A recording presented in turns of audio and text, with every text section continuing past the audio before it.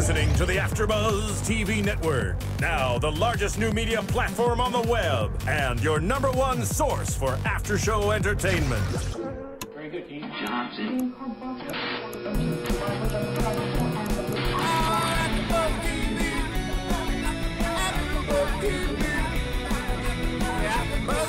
The AFTERBUZZ Studios in Los Angeles, California. Presented by Maria Menounos and Bing.com and streaming live thanks to Akamai Technologies. This is AFTERBUZZ TV's Basketball Wives LA After Show.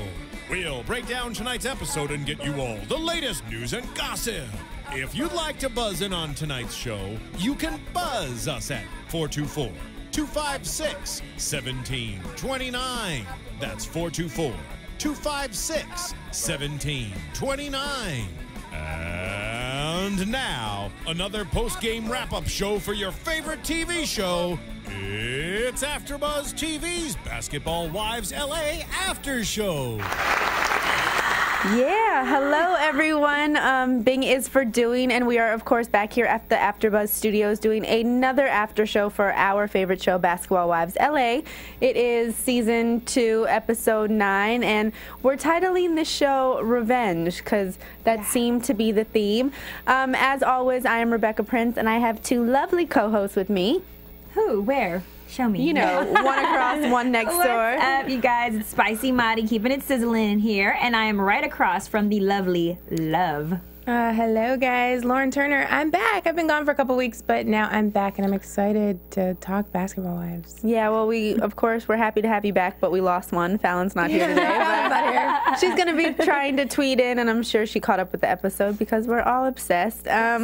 Kicking off the show, of course, we have to start with Jackie's sort of sit-down therapy session with her 2 daughters, which, you know, it definitely seemed like it was going to be an interesting dynamic last week when we got a little bit of a preview, and it definitely played out kind of similar to like just a regular Basketball Wives LA luncheon. Jackie and the girls sort of discuss, you know, the problems within their relationship, and pretty soon after it just seems like Jackie is shutting down because she doesn't like to hear that she's not the best. She doesn't like constructive criticism or anything that isn't pumping her up and making her feel better about herself. Yeah, it's kind of sad to see Jackie act that way with her own children. Like you were saying, Rebecca, it was almost like she was just, you know, hanging out with the girls, like these girls that she, you know, had not given birth to. Yeah. So it was just really weird to see that she's defensive. Right? Exactly. Yeah. So defensive, and I don't know, I'm a little disappointed in Miss Jackie. Yeah. I was a little surprised to see it because it did, you know, I mean, I know every family has their issues, you know, let's not act like that doesn't happen. But, you know, you do think when it's a mother-daughter relationship, there's going to be a little more compassion, a little more understanding. I'm very close with my mom, so, I mean, as much as she gets on my nerves, you know, if we could sit down and have a conversation, it wouldn't kind of end the way it did. Yeah, but it was almost like Jackie was taking on the child role of, like, putting up that defense mechanism, and, you know, I don't understand, you know, you guys are ungrateful and all these things, and it's like, you probably should listen to your daughters. Right. I mean, that's kind of what a relationship is. You know, with my mom, of course, same thing. You know, we have a great relationship.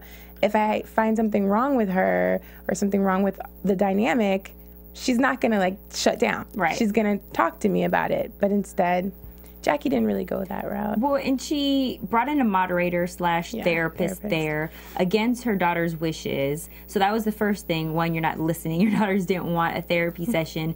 2, the therapist didn't really have that much to contribute because we didn't hear that much feedback from her. But then along the way, when the daughters are actually expressing their opinions, Jackie's knocking down every single thing that they say. And so that that could have been a phone conversation. That conversation didn't need to be done, 1, in person, if you're not going to be open-minded and open to listening what their problem was. Because how can you change anything if you're constantly having a rebuttal for every single thing? All I know is, I mean, I know, you know, skipping ahead today in the previews, we see a little bit more of her daughter on the show next week and her talking to Laura. So I am really curious because there is, you know, like they were saying, there's always 2 sides to every story. You know, we've kind of heard Jackie's story or heard where she stands with it, which I also understand what she's saying because I think, like, I don't have kids, but I think most parents, they think if, you know, they're providing for their kids and putting a home over their head and making, you know, sure there's food on the table, they feel like they've done their job. And while, you know, the girls seem to acknowledge the fact that they had the material things, but they maybe didn't have the relationship with their mom that they wanted, which I get that that could be hurtful for Jackie to hear, especially because she seemed like she was doing everything for her daughters. But it's going to be interesting to sort of hear more of her girl's side of the story, because it does sound like there's a lot of really deep-rooted tension down there. What did you guys think of Laura when Jackie was telling the girls about the conversation with her daughters, kind of Laura's perception of it all?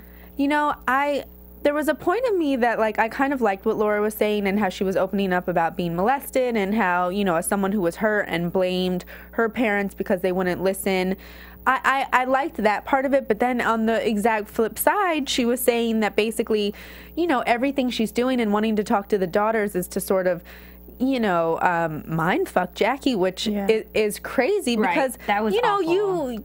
I get that they all have their issues with one another and there's tension back and forth, but like I think, you know, family stuff is kind of where you draw the line. Just like you wouldn't appreciate if Jackie was getting in the middle of you and your sister or you and your kids.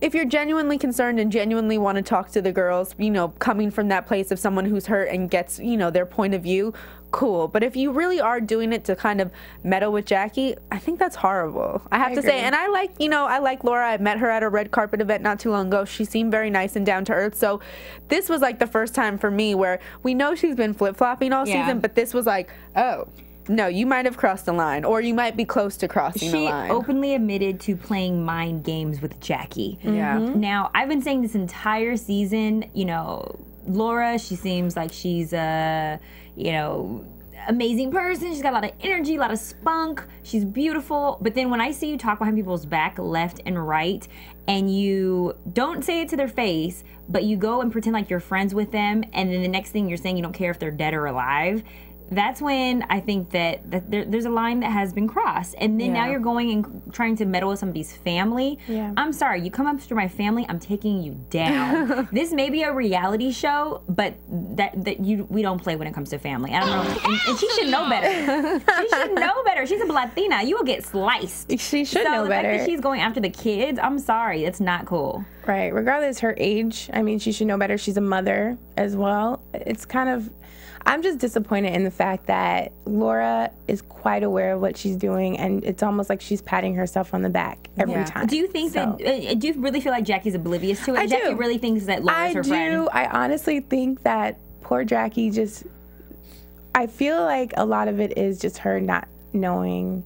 And it's one thing to not know, but it's another thing to blatantly try and ruin someone's life because you were hurt by them. And I guess that's why we're calling this episode Revenge. Well, I will give it to Jackie because she does as much as she may jack up relationships on the show, she does try to mend every single one. She will come back and forth. She's not really Let's do lunch. Let's have dinner. Let's go out. Let's go to Seattle. Like, she will come back trying to regain the friendship and relationship. And as, you know, crazy as people may say that she is, people on Twitter, we had her in the studio and she didn't seem that crazy. She seemed pretty sane. She seemed like a real human being, and that a lot of it comes from the editing. But in this particular situation, Laura looks like the crazy one on this episode. She looks like the one that's playing the games and being shady. I think Laura's so proud of herself right now. At least in this episode, Laura is so proud of her What little example scheme. are you setting for your kids? Exactly. And this is not just to Laura, to anybody who is going to be doing this. My only thing is, in Laura's defense, you know, Jackie has shown her crazy colors. Yes. Let's not deny that. And also, then stay away from her. But then the fact that her kids too call out their mother and say she's not genuine, and those things, it also makes me raise an eyebrow and question. And then the fact raised with you. And then the fact also that, you know, when the girls come out of their house, from talking to Jackie, they run into Doug, and Doug seems well aware of the situation, and he also seems like he's trying to smooth it over, like, you have to understand your mother. So, like, I mean, maybe Doug is the only one that gets her. Right, I don't know. There's certain people in all of our lives where it's like you kind of know how to deal with that person because you know what they're like. Yeah. But for Laura that's why I say I feel like Jackie just doesn't get it. Even with her kids, she just doesn't get it. Yeah. But Laura gets it, and she's using it against Jackie. And because I feel like Laura may be stronger at this point where she knows how to break Jackie. Right. And you never want to really break a person on purpose. Right. But be better than her. Don't leave stoop the to her situation. level. If you don't like someone, stay away from them. Because basically, I mean, this dinner, the girls coming over, Doug cooking for them, the conversation with her daughter, that's about all that happened in Seattle. They go to the fish market and kind of throw some fish around. But that's also where Bambi confronts Laura about the awkwardness in the relationship, you know, with Jackie, and Bambi is calling her out 100%. You know, she doesn't understand why she's in Seattle if she's not her friend. She doesn't understand why she wants to talk to her daughters if she's not her friend. So the one thing is, besides this conversation, we do really see, you know, Bambi confronting Laura on the BS, which so far nobody else has done. Yeah. It's almost like Bambi's the voice of the viewers. Right. Because we don't get it either. So it's a little crazy. Which is interesting, too, because Bambi doesn't have a biased opinion. She came onto the show late. She wasn't there last season. So she really doesn't know how twisted or jacked up anybody is. She's just going based off of what she's seeing now. And which is crazy that she doesn't have a problem with it. Like, she honestly has a genuine like for Jackie. She does. And she's protecting her like her, you know, right-hand man, having her back. But I'm happy that somebody is stepping up to the plate and telling Laura and calling her on her shit, because she's off the chain. She's lost her Richter. Like, she's gone. Yeah, it's the evolution of like crazy Laura is scary. And then you see these like crazy face expressions that she's making and the makeup on her. I'm like, why is she wearing the bedazzled face? Like the evil eyebrows that you're saying. Maybe it was for like her eyebrows are like thin and high, and I'm sorry, everybody knows thick eyebrows are in. So I don't really know. Like, I didn't know that, but that's good. Because mine are out of control, like I was saying earlier. Don't wax them. But anyway. But yeah, she's kind of falling off of what, I don't know the proper phrase for that. You're like falling off of the bandwagon, the chair. I don't know. She's going off the deep end. Yeah, she's going off the deep end. I don't know what the impression is. She's lost her rocker. Right. That's what it is. So while Jackie brought Laura and Malaysia and Brooke up to Seattle, Gloria stayed behind, of course, because she was dealing with her hubby or fiance, I'm not sure what he was at the time, getting arrested, not only for, I think he had a warrant out for his arrest, but then he also got in trouble for resisting arrest. So she flaked on Brooke for lunch and stayed in LA, and that was kind of interesting. I mean, it's always funny to hear the other side of the story. It always gets blamed on the media. They blew it out of proportion. She had to have her man's back, so I'm happy that she did stay, because of course she has to be there for her family. Yeah. But I mean, when she reenacted it, there wasn't much verbal communication. It was more acting out. He did like this, and then like that, and then like this. Well, she is acting now, talking about resisting arrest. But I thought that was pretty funny. And then, supposedly he was belligerently drunk, and he really doesn't even drink. So I can see where, the media can obstruct the truth and make the story more juicier than it really is. I never heard he was belligerently drunk. Is that something you covered? Is that one of the stories that you've covered before? Yeah. So when it actually, before this episode, what was it? Yeah, it was just, that they were coming from dinner and he got stopped and he had a warrant, an outstanding warrant for his arrest, or an outstanding traffic violation, which led to a warrant. And while they were trying to take him in, I mean, I basically heard the same thing. He tried to hand her the keys. The cop grabbed him, or, there was some, small altercation, and then he got arrested for resisting arrest. I mean, the charges were dropped pretty shortly after, so it was never something as big as they made it, they made it seem. But yeah, it made TMZ, it made the blogs. I mean, I wonder if the producers of the show had something to do with that. And they had him stopped. They called checkpoint up. Well, I don't think so, because Matt refused to be seen this season. That's so true. we don't see any of them going to dinner, any of them going to lunch or getting married. Maybe or that was whatever, the final straw. He was like, okay, you guys are getting me arrested now. I don't want to be a part of this season. I'm done with Basketball Wives. I'm done. But then it got into a debate between when Draya and Brooke and Laura had talked about it, Gloria had talked about where to live, the Valley versus Los Angeles. Yeah. And they were saying that's why you should live in the Valley. These problems don't happen to us Valley They really folks. don't, though. Like, I live in the Valley. Never would I get pulled rip over. Valley all day. Rebecca, where do you live? I'm on the west side. I mean, yeah, I'm like West Hollywood area, but there's plenty of cops there. So there's cops in the valley. There's cops in the valley, but they live in Huntington Beach or Manhattan Beach, so it's like they're all the way west side. Far. So I don't know if valley problems versus beach problems are really that different. Well, now that she's them wanting their friend to come. She's an actress. She has to be closer to Hollywood now. Yeah, she has to be closer. Everybody knows it's a like given rule. You have to move closer to the valley once you're an actress. I mean, is it a rule? I think Manhattan Beach is pretty close. Manhattan Beach? That's far. That is so far.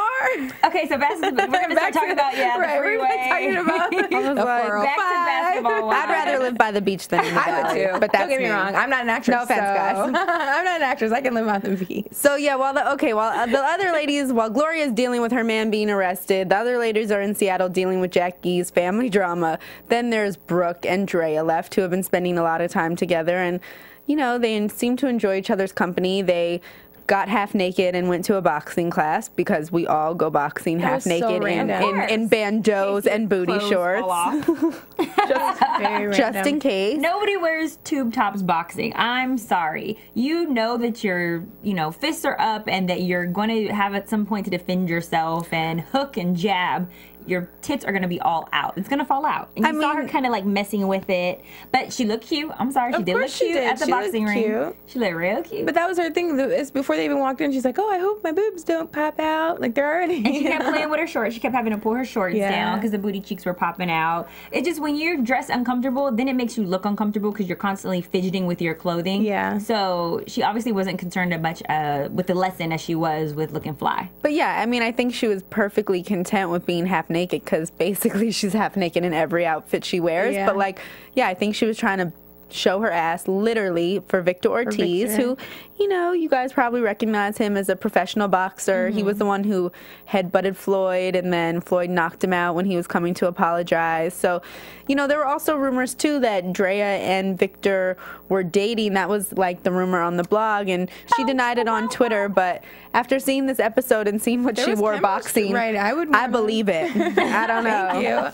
I believe it too. Come on, you know you'd wear some coochie cutters for him too. No, I'm just playing. Listen, if I'm going to the gym, I mean, and I do not have boobs the size of Draya's, but if I'm going to the gym, I'm definitely not wearing a bandeau. Yeah, because everybody who's big-chested or knows everything falling out when you're working out. You got to keep it tight. Big-chested. I'm not chested at all, and I wouldn't wear a bandeau to boxing. Everybody knows that. Give it a roll. You don't even have to have a Brooke was looking hot too. I mean, she had a sports bra. Yeah, she eventually came out, less clothed as well. And sports bra and what, like pants on or something? And her triple Z boobs. Yeah, you got to have a sports bra on with those. Otherwise, that'd be confused with the bag, possibly. Right. I mean, they're like, she is thicker than a snicker. Like, she got body for days, and she knows it. Mari said she's a size 12. I don't know. It's like but she looks good. You look good, girl. But she is thick. Like, that's a whole lot of woman. So you have to be more conscious too of what you wear, because as a thick woman, I will attest to, the more clothes you have on, the bigger you look. So you got to dress a little bit more skimpy when you're thicker. So I understand what Brooke was doing in her defense. And the ladies at the gay bar seemed to enjoy it a lot. Oh, Draya brought Brooke out for her first lesbian bar experience, and soon enough the whole table was surrounded by a bunch of lesbians. I was gonna But it looked like their drinks were getting comped. I mean, hey. And we learned some things too. I feel like I learned some lessons in lesbianism. Yeah, like apparently lesbians don't have long nails. Yeah, so. I would qualify. I cut my nails off. I took my gel off. I would not. You are not a lesbian. I'm not a lesbian. So I don't know. It's all our lesbian viewers out there. Thanks for the tip. Yeah. So that cool. Totally makes sense. It totally makes sense, because if you have long nails, you're cutting it up inside. For those of you no one wants that. Yeah. Spicy Money's graphic. Exactly. And so was Draya, because she said, I think she said she ate so good that she didn't need fingers. She didn't need fingers. Yeah. There she goes. Not a G-rated show. Yeah, she can give our men a couple lessons now. Yeah, I know. But one thing I do appreciate is that Draya isn't shy about it. She's not trying to pretend that she's something that she's not. She's openly admitted she is bi, and isn't also shunning her friends from it. She's bringing them into her environment. And she said that she didn't bring the other girls, each one for individual reasons. I thought that it was funny that she said she didn't bring Bambi because it was a mixed crowd. Well, because she was with Brooke, and Brooke and Bambi don't get along. But no, she meant because it was a racially mixed crowd. Yeah, she said, I didn't bring Bambi because it's a mixed crowd. Yeah, that's what she said. I think she meant a racially mixed crowd. No, I thought she meant because she was with Brooke, and like I'm not gonna bring Bambi with you and Brooke. Like, but she said it's a mixed crowd.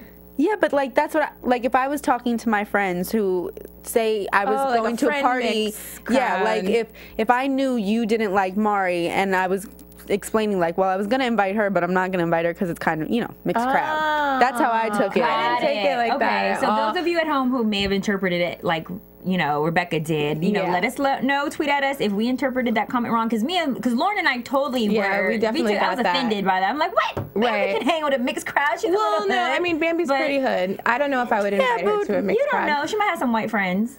I never said she didn't, but they're probably just as hood as her. I'm just kidding.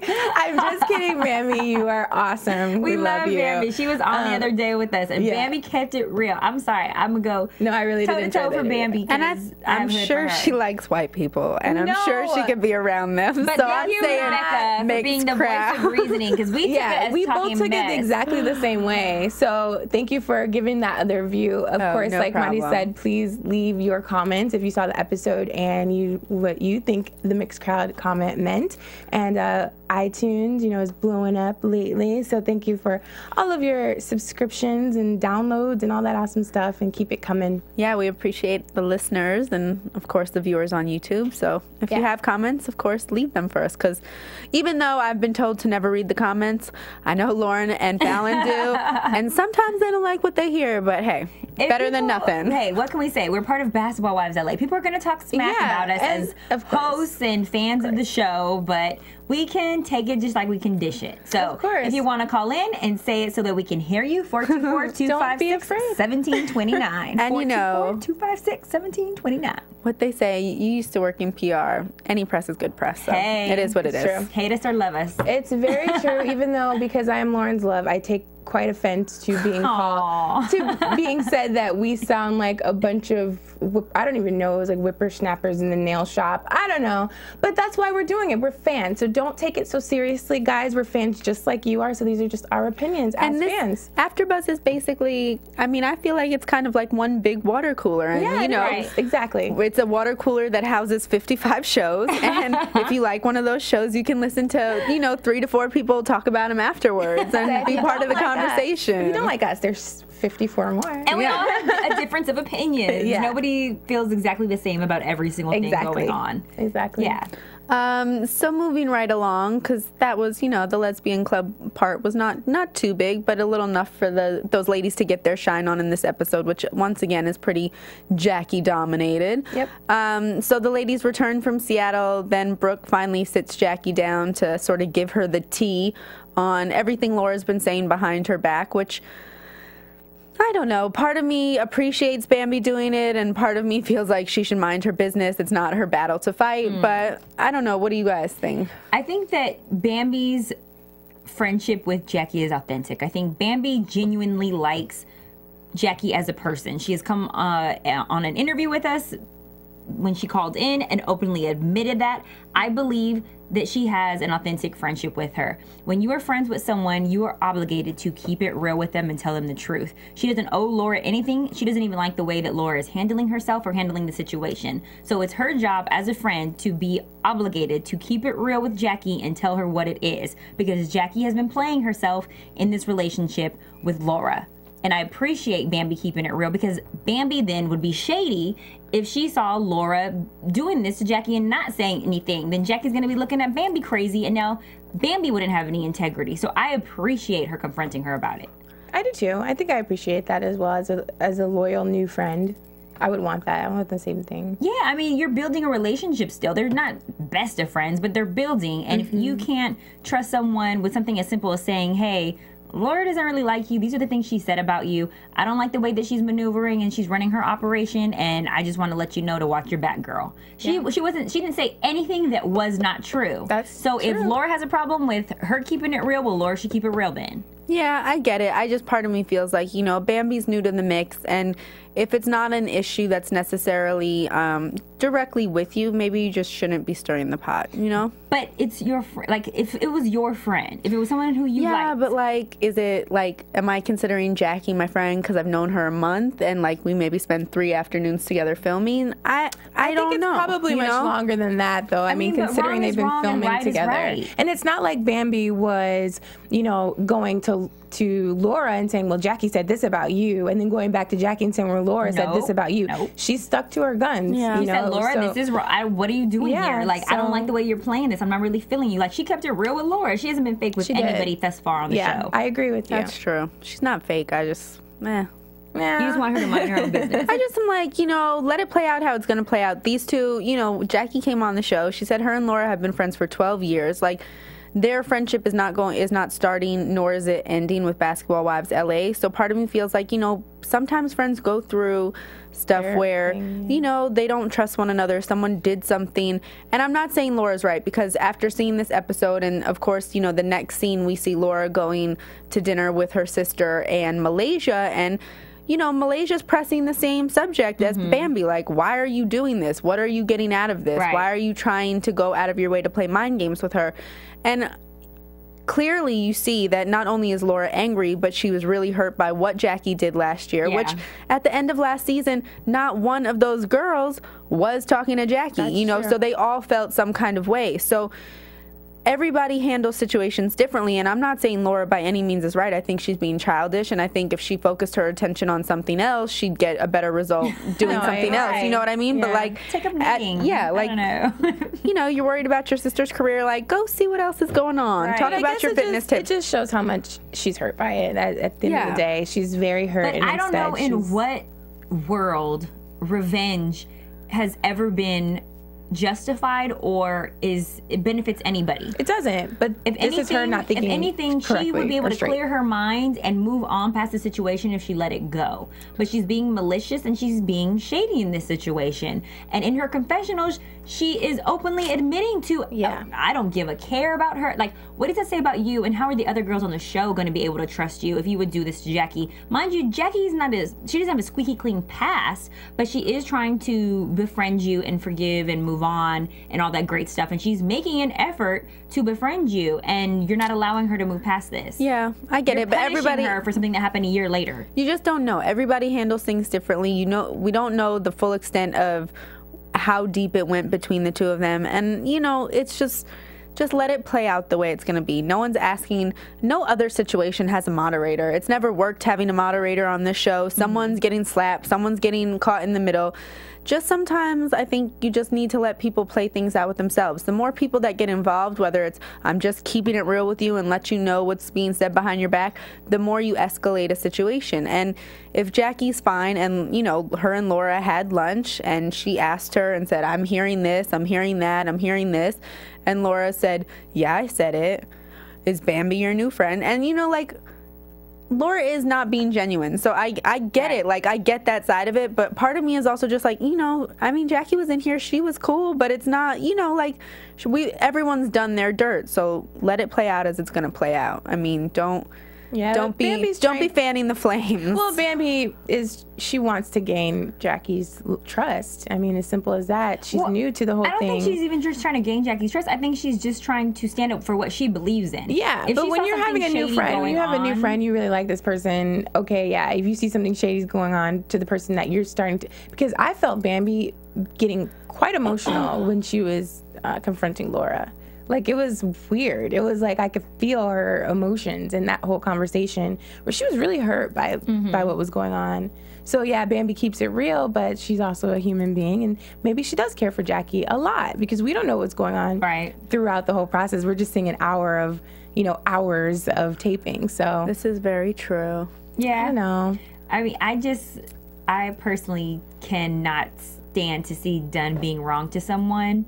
and not forewarning them. It's like knowing that someone's going to get hurt or their car is going to get jacked or something. Yeah. And you're like, oh, I'm just going to watch this thing play out and see how it happens. No, you want to warn the person and let them know. And then you'll, like, as a friend, you don't want to hear later on that person knew what was going on and didn't say anything. Right, so, exactly. Yeah, I get both sides of what you both are saying, but just playing devil's advocate. You gotta get both sides. It's obvious that Laura is hurt, though. She is damaged from that situation. She's very damaged from it. And I mean, you know, but she also, the thing about Laura too is she's also, I don't think she hears what Bambi's saying to her about being real, and she, you know, her response is there's two sides to every story.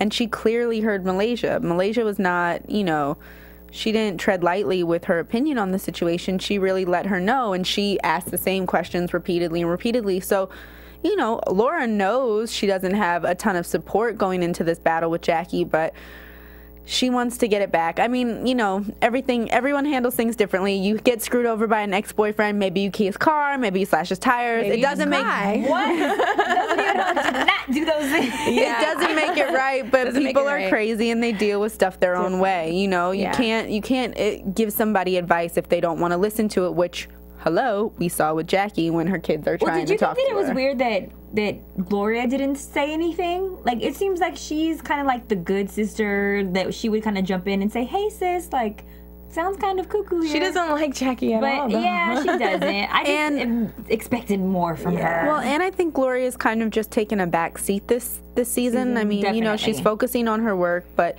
you know, she said that even when she was discussing the situation with Matt, that she wishes her sister would have stayed around and sort of, you know, been in her corner or whatever. But clearly there's been a little bit of change within that sister relationship too. And who knows, you know, I don't know if it's Laura. We don't know if it's Gloria. It's just one of those things. I think she's kind of just there to observe, and she's wearing the Shawnee hat, you know, this season. It's like Shawnee's never really around during Basketball Wives, but only like when the really good stuff happens, like at the racetrack when people are jumping over tables, or, you know, on the family trip when they're cursing people out in the cabana and chasing them away. In the background watching. Right. Yeah, you know, Shawnee's just there observing, and once in a while she pops her head in to try and be the voice of reason. But I think she probably also knows with her sister, like, when she's in that mindset, you can't talk her out of it. So I thought that it was cute, though, that she did come natural as she was from the gym. She wasn't like, oh, I'm about to be on camera. I need to pound tons of makeup on. That's a part of the script. I feel like, I don't know. We actually did have Gloria here in the studio before,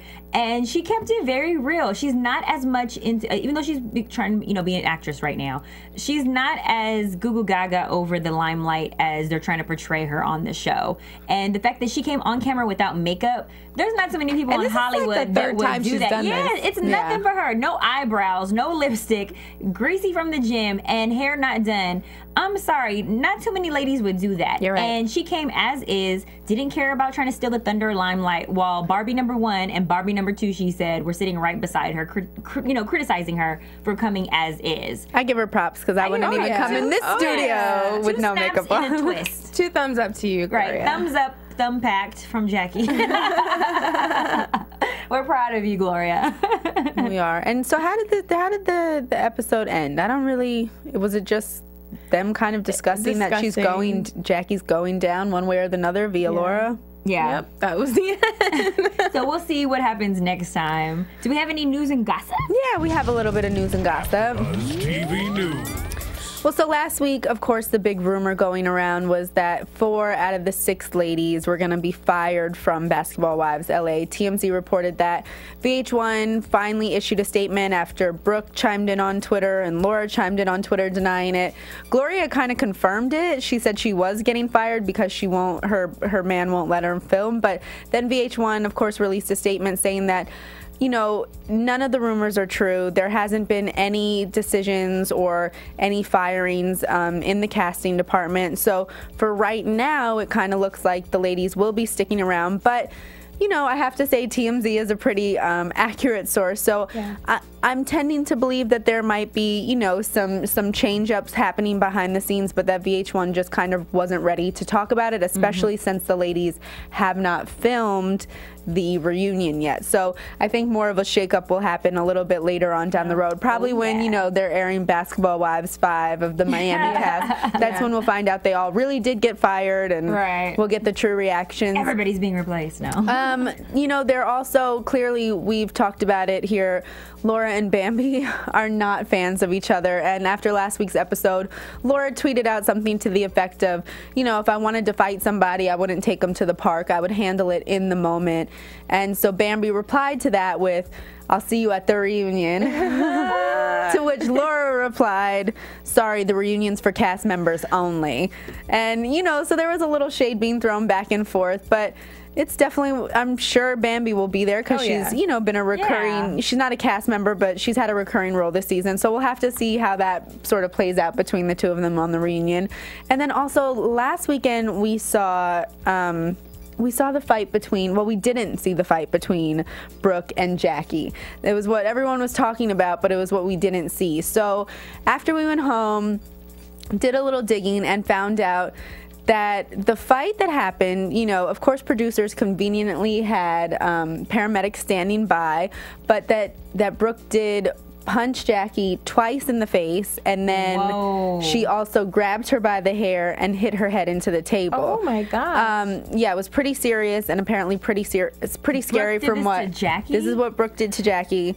You know, we saw These Brooke's, girls don't play. We saw Brooke's tank top rip. We saw Draya's fingernails on the floor, and we saw Jackie seem a little disoriented with her hair all messed up. And I guess she did, you know, she got a little woozy, kind of like when you see that boxer get that punch and he's almost knocked out, but not exactly knocked out. That was kind of where Jackie's headspace was. And afterwards, she did end up having to see the paramedic that was conveniently on standby. They probably always have them on standby. He's like, so even though we didn't get to see it, at least, you know, we know what happened. And that was that Jackie got her butt whooped. Yeah, she got it pretty good. So Brooke kept it real. She was like, I'm gonna jack you up, and then she jacked Jackie up. Yep. And then, you know, last week we also talked about Tammy getting a 6-figure endorsement deal from NV Sprinkles.